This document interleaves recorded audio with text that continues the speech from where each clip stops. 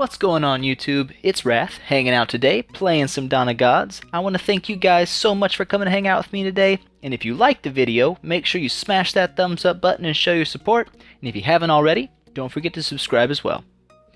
Alright guys, today, instead of doing a gameplay video, I'm going to do something mainly based on information, a little bit of basic foundational knowledge on the Astral Portal and Relics. And you might think, well, it's not really that important, and that's what a lot of people think, and that's kind of the problem. It's a humongously important building. This little dude right here, bam, super important.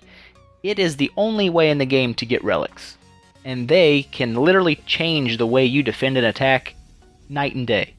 You can go from losing every raid, every defense, get those suckers blessed up and good, and I mean, it will change the way you play the game. Anyway, this thing right here, really, what is it? This is, right here, boop, you click on this. This is the main screen when you go into your Astral Portals, okay? Over here is going to be all your missions. You'll get a bunch of these each day for free, okay? You get to do a bunch of free attempts every day for a bunch of free loot. It's a great way to get free stuff, so everyone loves free stuff. Do your Astral Portal missions. Make sure you do all of them, but you can also buy more with comets. Once this is finished and there's no more attempts left, you could buy another one with comets. Horrible idea, don't do it. I don't even know why I showed you that. Don't do it. Make sure this building is maxed. I mean, it should be one of the first buildings that you upgrade as your Pantheon increases. As soon as you hit Pantheon 7, get it going up. As soon as you hit Pantheon 8, get it going up. It's massively important. Alright? So, how does all this work? First off, all these here are the missions. You go ahead and click on them and view. It'll give you a list of the available gods you have for that specific mission, i.e., you know, 2 male warrior gods, Egyptian gods, all that boohoo. You know, everybody knows how it works. You get 2 aid requests from your alliance. See, over here I could click aid request, and that will, right over in this general area, and that'll allow my alliance mates to send me gods if I don't have the gods to complete the mission. So, you know, that's really nice. Make sure you're doing that every day. You know, even if you have the gods for some of the missions, do it anyway. It's a free 2 missions, so you can send your gods to help other people. When you go to do your missions, you'll have a % chance of success. Your success chance is based not only on the rarity of the god, you know, 3, 4, 5, 6, 7 star gods, but also on their level. Keep in mind, you can do every mission in the game with a max 6 star god. Level 46 star gods can handle literally every Astral Portal mission in the game. I mean, simple stuff. Can't get more simple than that. When you're just starting this, you'll notice that you won't have these gold and orange missions. They'll probably be blue and purple when you're getting started in it, because your worship level over here, this will be much lower. I do mine every day, so it goes up pretty high. As you build up, the rewards will increase. What kind of rewards can you get? You can get tons of rewards. You can get ambrosia and gold, which is pretty basic, but it's free, so that's good. You can get elixirs, comets, mystic runes, which are humongously important. You're going to need all of those things. You also get dusts and relics and shards from these missions. Like you'll see up here, orange and gold shards. We'll get into that in a second. That's mainly what I want to focus on. I want to mainly focus on the relic portion of the Astral Portal, because that is really where it shines. Like, don't get me wrong. Elixirs, comets, and mystic runes are amazing. They're great. You know, you get them for free. That's awesome. Okay? But the relics are what you can't get anywhere else. You can get comets and mystic runes and elixirs and stuff in other places, but you can only get relics from here. And that's why I'm going to focus on this. Relics come in 3 categories. You can see that right here. There's going to be gods, your gods relics. Those will be a god's attack and defense. Unit relics and building relics.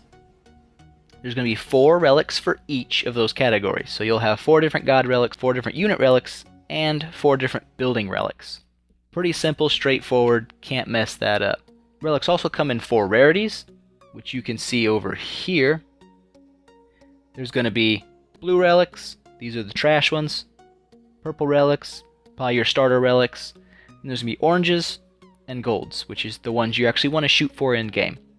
You also get blue, purple, orange, and gold dusts, which is what you use to bless them. We'll save that for a whole different video. Blessings a little more in depth. So how do you get these relics? You can get purple or blue relics directly from the missions themselves. You don't have to do anything special to get them. Now the orange and the gold relics, those are the ones you really want. You actually have to go through a different process to get those. We're going to get into that right here, over here in the workshop. So if you want to make an orange relic, you're going to need 18 orange shards and 1,000,000 gold. Now, it's kind of expensive, and I think that's why a lot of people don't really want to do it. Like, you know, it's a pretty big investment.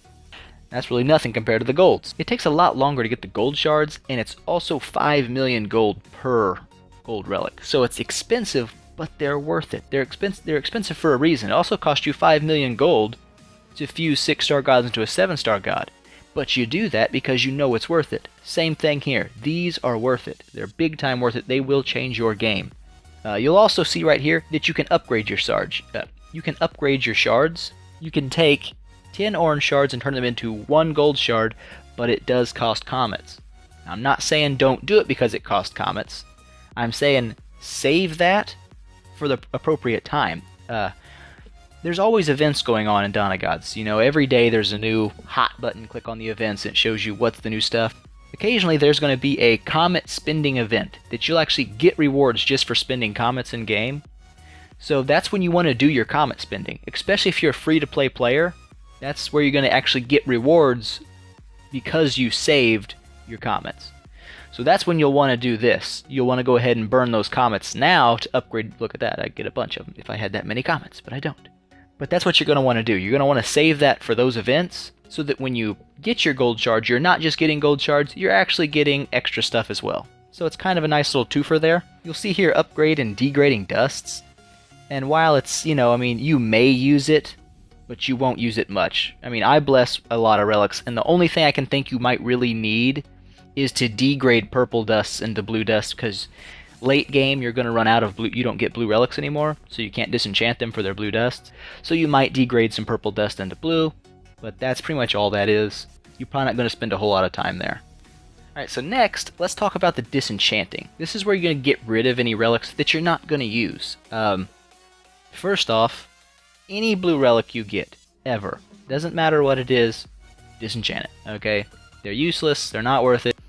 Go ahead and use those to get the blue dust built up, because you're going to need a lot of blue dust when you're blessing later on in the game. Okay, so blue relics, immediate disenchant. Your purple relics, you'll probably use those early game. You know, Pantheon 7 and 8, these are going to be the ones you're kind of starting with, but you're going to move away from them pretty fast. You're going to get into the orange and the golds, and that's where you want to be anyway, right? When you disenchant, you're going to get, like up here you'll see, purple and, look at that. I didn't know you could do that. That's awesome. You could get purple and blue dusts. The blue relics obviously just give you blue dusts, but it's not the same for your orange and gold relics. You don't get any dusts for disenchanting an orange relic. You actually get half of the shard cost that it took to create it, which isn't a bad system. You know, it works. Same thing with your gold relics down here. Instead of the 30 it takes to make it, you'll get 15 back when you disenchant. Now, when should you disenchant an orange or a gold relic? A lot of people will say if you get 2 of the same kind, go ahead and disenchant them.